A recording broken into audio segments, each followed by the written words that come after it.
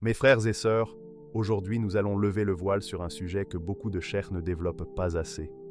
Le lien mystérieux et profond entre le Mahdi et la Kaaba selon les hadiths authentiques. Vous allez découvrir des secrets qui ont traversé les siècles et qui annoncent un moment décisif de l'histoire de l'humanité. Avant de commencer, je vous invite à soutenir cette mission. Abonnez-vous à ma chaîne Témoin d'Allah pour ne manquer aucune révélation spirituelle. Et si vous êtes en France, en Suisse, en Belgique ou au Canada, sachez que cette chaîne est aussi la vôtre. Cliquez sur S'abonner et rejoignez notre communauté grandissante, car ensemble, nous raviverons la lumière de la foi. Louange à Allah, Seigneur des mondes, et que la paix et la bénédiction soient sur son prophète bien-aimé Muhammad. Ô Allah, éclaire nos cœurs par la lumière de la foi et protège-nous des ténèbres de l'égarement. Le hadith de l'allégeance à la Kaaba. Imaginez cette scène, la Mecque, cœur vibrant de l'islam, baigné par la lumière dorée du soleil levant. Des milliers de pèlerins tournent autour de la Kaaba, chacun absorbé dans sa prière, dans ses invocations, dans son lien intime avec Allah. Mais parmi cette foule immense, il y a un moment unique, un moment que les hadiths décrivent avec précision, un moment qui bouleversera l'histoire de l'humanité. Le prophète Muhammad, paix et bénédiction sur lui, nous a transmis que le Mahdi ne sera pas un roi qui surgira entouré d'armées, ni un chef politique qui s'imposera par la force. Non, le Mahdi sera un homme humble, pieux, un serviteur d'Allah choisi parmi la descendance bénie du prophète. Et son secret éclatera au grand jour devant la maison sacrée d'Allah, la Kaaba. Selon le hadith rapporté par l'imam Abu Daoud, des croyants sincères viendront à la Mecque et reconnaîtront le Mahdi. Ils lui prêteront serment d'allégeance entre le Maqam Ibrahim et la Kaaba. Ce détail n'est pas insignifiant. Il révèle que la scène ne se déroulera pas dans un palais, ni dans une capitale moderne, mais dans l'endroit le plus pur de la terre, le centre de la foi, le lieu vers lequel chaque musulman du monde entier tourne son visage 5 fois par jour. Et c'est là que réside le secret. Allah veut que l'autorité du Mahdi ne vienne ni des gouvernements, ni des puissants, ni des grandes institutions. Son autorité jaillira de la maison d'Allah directement. Car la Kaaba est le signe universel de l'unité. Elle n'appartient à aucun peuple, à aucune tribu, à aucun roi. Elle est la maison de tous les croyants. Imaginez ces croyants qui, au milieu de la foule, se rapprochent de cet homme. Certains récits disent qu'il essaiera de fuir, qu'il n'acceptera pas cette responsabilité. Mais Allah aura déjà inscrit son destin. Il sera le guide, l'imam attendu, celui qui rétablira la justice dans un monde plongé dans l'injustice. Les croyants le reconnaîtront par des signes prophétiques, sa lignée, son nom, son caractère, et même certains traits physiques décrits dans les hadiths. Et c'est en cet instant, entre le Maqam Ibrahim, là où le prophète Abraham s'est tenu pour élever les fondations de la Kaaba, et la Kaaba elle-même que l'allégeance sera donnée. Ce moment a une force symbolique immense, car Ibrahim, l'ami intime d'Allah, a construit la Kaaba pour qu'elle devienne le centre de la soumission à Dieu. Et voilà que des siècles plus tard, c'est à cet endroit précis qu'un descendant du prophète Muhammad, l'héritier spirituel de cette lignée bénie, sera reconnu comme le guide attendu. Voyez-vous la puissance de ce symbole? Tout commence et tout finit à la Kaaba. Les prophètes ont tourné leur regard vers elle, les croyants orientent leurs prières vers elle, et l'histoire de la fin des temps verra à nouveau la Kaaba comme témoin de la justice divine. L'allégeance du Mahdi à la Kaaba n'est pas un simple acte rituel. C'est un message envoyé au monde entier. L'islam ne renaîtra pas dans les palais des présidents, ni dans les trônes des rois, mais dans la soumission pure à Allah, au cœur de sa maison. Et cela, mes frères et sœurs, est une leçon bouleversante. Car le Mahdi ne tire pas sa légitimité des hommes, mais d'Allah. Et c'est pourquoi son histoire commence là où tout a commencé pour nous, à la Kaaba. L'homme qui refusera le pouvoir. Il y a dans les hadiths un détail qui bouleverse, un détail qui choque lorsqu'on y réfléchit profondément. Le Mahdi, au départ, ne voudra pas de l'autorité. Il n'aura aucune ambition de gouverner, aucune soif de pouvoir, aucune volonté de s'imposer aux autres. Au contraire, il fuira cette charge comme on fuit un fardeau trop lourd à porter. Les tyrans de ce monde se battent pour les trônes. Les politiciens intriguent dans l'ombre. Les chefs militaires arrachent le pouvoir par le sang. Mais le Mahdi sera à l'opposé de cette image. Il ne sera pas un conquérant ivre d'ambition, mais un serviteur humble, absorbé dans ses prières, effacé dans la foule. Et c'est là, dans la simplicité, que réside son authenticité. Imaginez cette scène. À la Mecque, parmi les pèlerins, un homme prie. Rien ne le distingue vraiment, si ce n'est la lumière d'Allah sur son visage, une aura de sincérité, un silence qui parle plus fort que des discours. Les croyants qui scrutent son attitude, qui connaissent les hadiths, commencent à comprendre. Cet homme n'est pas n'importe qui. Il voit en lui des signes, sa lignée, son nom, sa droiture. Alors que lui veut simplement s'effacer, certains s'approchent. Ils le suivent, l'appellent, le pressent. Ils savent, ils sentent que c'est lui, l'imam attendu. Mais lui, il secoue la tête. Il refuse. Il ne veut pas de cette charge. Car être Mahdi n'est pas une dignité à savourer, mais une responsabilité écrasante, une mission où chaque erreur pèse sur des millions d'âmes. Les récits prophétiques disent même que certains croyants le poursuivront, qu'ils le tireront presque de force pour lui prêter allégeance. Imaginez cette tension, un homme qui lutte pour rester dans l'anonymat et une foule de fidèles qui le supplient d'accepter son rôle. Ce n'est pas une scène de triomphe, mais une scène de lutte intérieure, de destin imposé par Allah. Et c'est là que se révèle la différence fondamentale entre le Mahdi et tous les dirigeants que l'humanité a connus. Là où les autres se battent pour obtenir le pouvoir, lui tente de l'éviter. Là où les autres imposent leur autorité par la peur et la violence, lui reçoit son autorité par la reconnaissance des croyants et le décret d'Allah. Cette résistance initiale est en réalité le sceau de son authenticité. Car si le Mahdi avait cherché le pouvoir, s'il avait proclamé sa mission de lui-même, il serait suspect, comme tant de faux prétendants l'ont fait au cours des siècles. Mais son refus, son humilité, son hésitation même, sont les preuves qu'il n'agit pas par ambition personnelle. Et ce moment se déroulera devant la Kaaba, le centre spirituel du monde. Des milliers de regards verront un homme simple résister à l'appel des croyants, puis finir par céder à la volonté divine. Cette scène, au cœur de la Mecque, marquera le monde entier. Là, devant la maison d'Allah, l'humanité comprendra que le véritable pouvoir ne s'arrache pas, il se reçoit. Il ne se conquiert pas par les armes, il se dépose comme un fardeau sur des épaules choisies. Et ces épaules, celles du Mahdi, porteront un poids que personne d'autre n'aurait accepté. L'armée engloutie est le signe divin. Imaginez le désert brûlant qui s'étend entre la Mecque et Médine. Une terre aride, écrasée par le soleil, balayée par le vent, silencieuse comme si elle retenait son souffle. Mais ce silence va bientôt être brisé par un événement dont les hadiths parlent avec force. Une armée immense, envoyée contre le Mahdi, marchera à travers ce désert. Ses sabots martèleront le sol, ses bannières flotteront, et la poussière soulevée obscurcira l'horizon. Ces hommes, gonflés d'orgueil et de puissance, croiront qu'ils vont écraser un simple serviteur d'Allah. Ils pensent avancer vers une victoire facile, mais ils ignorent qu'Allah a déjà décrété leur fin. Car ce n'est pas un affrontement classique, ce n'est pas une bataille ordinaire.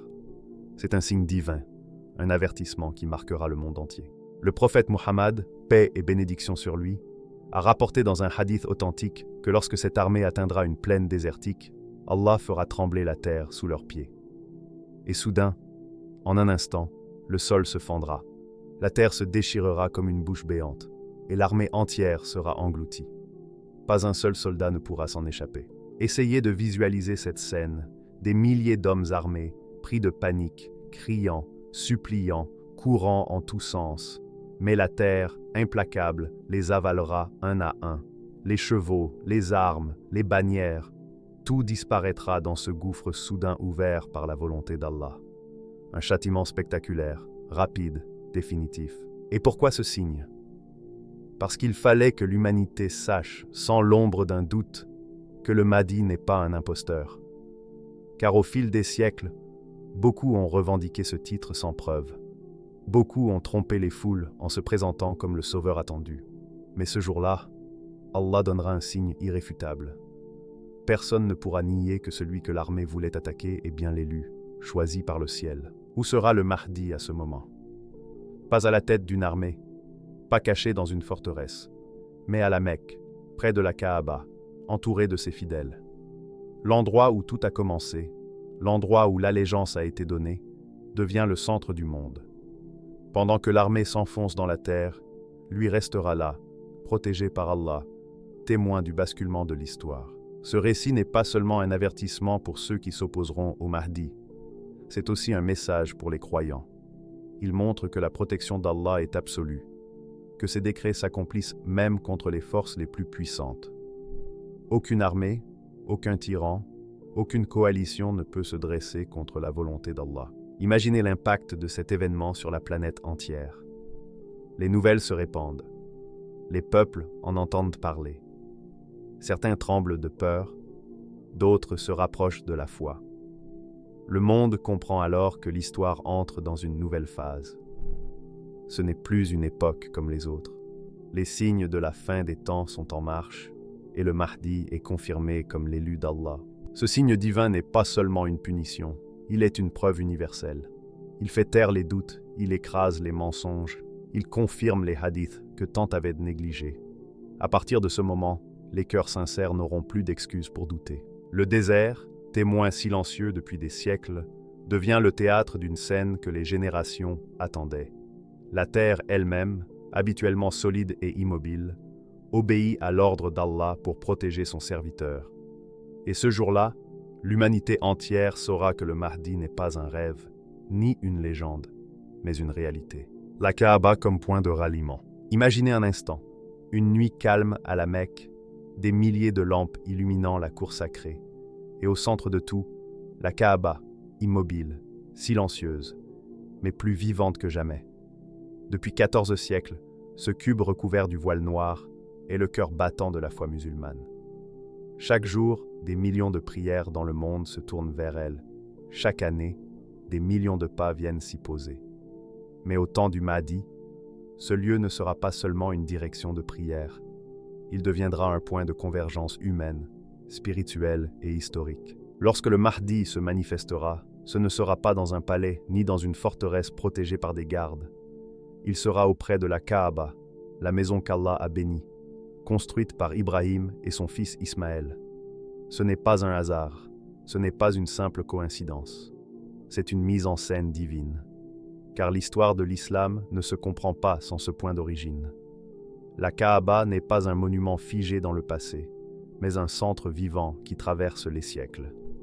Et au moment crucial, c'est là que les croyants du monde entier reconnaîtront leur guide. Imaginez la scène. Des musulmans venus d'Afrique, d'Asie, d'Europe, des terres lointaines où l'appel à la prière résonne différemment, mais où le cœur bat au même rythme. Ils marchent, ils pleurent, ils prient, et au centre de leur marche, ils trouvent un homme simple, inconnu hier encore, mais choisi par Allah aujourd'hui. Et c'est devant la Kaaba qu'ils lui donnent leur serment d'allégeance. Pourquoi la Kaaba et non un autre lieu? Parce que c'est l'endroit où l'ego disparaît. Dans les palais, les hommes cherchent le pouvoir, l'or, les titres. Mais à la Kaaba, il n'y a que la soumission à Allah. Tous les pèlerins y sont égaux, riches ou pauvres, savants ou illettrés, noirs ou blancs. Devant les murs de la maison sacrée, il n'existe plus de hiérarchie humaine, seulement l'humanité prosternée devant son Créateur. Le Mahdi apparaît dans ce cadre, non pas comme un roi, mais comme un serviteur choisi. C'est aussi un rappel que le renouveau de l'islam ne viendra pas d'un jeu politique, d'une stratégie militaire ou d'un discours intellectuel. Il viendra d'un retour à la sincérité, à la soumission pure. La Kaaba devient alors un miroir. Celui qui se présente devant elle doit être pur, car c'est là que se dévoile la vérité des cœurs. Le Mahdi sera reconnu non pas par ses discours flamboyants, mais par l'évidence que les cœurs sincères ressentiront en sa présence. Et pourtant, ce détail est souvent minimisé. Beaucoup parlent du Mahdi comme d'un chef politique ou d'un guerrier. Mais peu insistent sur ce moment sacré, où tout commence réellement. La Kaaba n'est pas seulement un décor, elle est la preuve. Elle est le sceau visible que l'histoire se déroule selon la volonté d'Allah. Comme si Allah disait aux croyants, « Regardez, c'est ici que j'ai placé mon signe. Ne cherchez pas dans les trônes, cherchez dans ma maison. » C'est une scène qui n'est pas seulement future, mais qui résonne déjà aujourd'hui. Car chaque croyant qui fait face à la Kaaba en prière se prépare, consciemment ou non, à ce grand rendez-vous. Chaque prosternation est une répétition. Chaque larme versée en face d'elle est un témoignage. Et quand viendra ce moment, ceux qui auront vécu leur foi sincèrement reconnaîtront sans hésiter que cet homme devant la Kaaba n'est pas un imposteur, mais celui qu'Allah a désigné. Le lien caché que peu d'imams dévoilent, il y a dans l'histoire de l'islam des vérités que beaucoup préfèrent à peine effleurer, comme si certaines révélations étaient trop puissantes pour être pleinement exposées. L'un de ces secrets, rapporté dans les hadiths mais rarement approfondi, concerne le lien direct et exclusif entre le Mahdi et la Kaaba. C'est un sujet qui dérange, qui secoue les certitudes et qui met en lumière des dynamiques spirituelles et politiques souvent ignorées. Pourquoi ce silence chez certains cheikhs? Pourquoi tant de commentateurs évitent-ils de détailler cet aspect fondamental? La réponse est troublante. Reconnaître que le Mahdi sera légitimé uniquement par la Kaaba, c'est admettre une vérité qui échappe aux structures de pouvoir terrestre. Aucun roi, aucun président, aucun cheikh institutionnel, aucun conseil humain ne pourra contrôler cette autorité. Le Mahdi sera légitimé par Allah seul, et sa mission ne dépendra ni des alliances politiques, ni des influences économiques. Ce lien révèle une hiérarchie spirituelle que le monde moderne a du mal à accepter. Alors que nous vivons dans une époque où tout se mesure au pouvoir, à l'argent et à l'influence médiatique, Allah montre à travers les hadiths que le véritable leadership ne se conquiert pas par ses moyens. Il est un don divin, une charge sacrée que seuls les élus peuvent porter. La Kaaba, lieu immuable et universel, devient alors la preuve irréfutable que le Mahdi n'est pas le produit d'un système politique, ni le fruit d'une ambition humaine. Imaginez un instant la portée de ce secret. Tous ceux qui ont cherché à fabriquer des leaders spirituels pour servir leurs intérêts se retrouvent impuissants face à ce décret. Aucun stratagème, aucune manipulation, aucune propagande ne peut remettre en question la légitimité qui émane directement de la maison d'Allah. Ce détail, enfoui dans les hadiths, souligne que l'islam véritable ne peut jamais être confisqué par des hommes ou des institutions. Il appartient au peuple d'Allah, à ceux dont le cœur reste pur et sincère. Le Mahdi, en ce sens, est un guide du peuple, pas un politicien façonné par les circonstances. Son lien avec la Kaaba est un rappel que la direction spirituelle ne vient pas des palais ou des parlements, mais du ciel. C'est un appel à regarder au-delà des hiérarchies humaines, à comprendre que l'autorité authentique repose sur la foi, sur la soumission sincère, et non sur les titres ou les fonctions. Ce point est essentiel pour quiconque cherche à comprendre la prophétie de l'islam. Le Mahdi ne sera pas l'instrument d'un régime, ni un symbole de pouvoir pour une faction. Il sera l'élu du peuple et d'Allah, reconnu par ceux dont les cœurs sont connectés à la vérité divine. La Kaaba n'est pas un décor secondaire. Elle est la garantie que la mission du Mahdi est authentique, inaltérable et universelle. Et c'est là que réside le défi pour nous aujourd'hui. Combien de croyants comprennent réellement que l'autorité spirituelle ne peut pas être dictée par les hommes? Combien savent que l'histoire du Mahdi, telle que révélée dans les hadiths, n'est pas un conte politique mais un guide pour discerner la vérité? Ce lien caché est un rappel que chaque musulman doit purifier son cœur, comprendre les signes et rester vigilant face aux illusions du monde. Le Mahdi, consacré à la Kaaba, rappelle que l'islam est vivant, qu'il est universel, et que sa véritable autorité est une lumière descendue du ciel, non une invention humaine. Ceux qui cherchent à comprendre les hadiths dans leur profondeur découvrent alors une vérité surprenante. L'islam appartient avant tout aux croyants sincères, et le Mahdi sera le reflet de cette pureté, guidant le monde depuis le centre de la foi, là où tout commence et tout converge, la maison d'Allah. Mes frères et sœurs, à travers ces hadiths, Allah nous révèle un secret puissant. Le Mahdi ne sera pas un dirigeant politique comme les autres, ni un roi qui impose sa loi. Son autorité ne viendra pas des hommes, ni des systèmes terrestres, mais directement de la maison d'Allah, de la Kaaba, symbole éternel de l'unité musulmane et de la foi pure. Ce lien sacré rappelle à chacun de nous que le véritable pouvoir spirituel n'appartient pas au gouvernement, aux institutions ou aux élites mondaines. Il appartient à Allah seul, et ceux qu'il choisit pour guider ses serviteurs. La Kaaba sera le témoin silencieux de l'allégeance de l'humanité à la justice divine, et la scène où l'histoire basculera. Préparons nos cœurs, mes frères et sœurs. Soyons de ceux qui reconnaîtront la vérité lorsque le Mahdi apparaîtra. Que notre foi soit sincère, notre intention pure et notre regard tourné vers Allah, car c'est lui qui détient le destin du monde et qui choisit ses élus. Si ce message a touché votre cœur, abonnez-vous dès maintenant à la chaîne Témoins d'Allah, partagez cette vidéo et rejoignez notre communauté. Que vous soyez en France, en Suisse, en Belgique, au Canada ou ailleurs, vous êtes invités à participer à cette mission. Témoignez de la lumière d'Allah et préparez vos cœurs pour les temps à venir. Rappelons-nous toujours que l'islam véritable ne se mesure pas par la puissance des hommes, mais par la sincérité de notre foi et l'obéissance à Allah. Et le Mahdi, légitimé par la Kaaba, est le signe vivant que la justice divine reprendra sa place sur terre pour les croyants sincères et patients.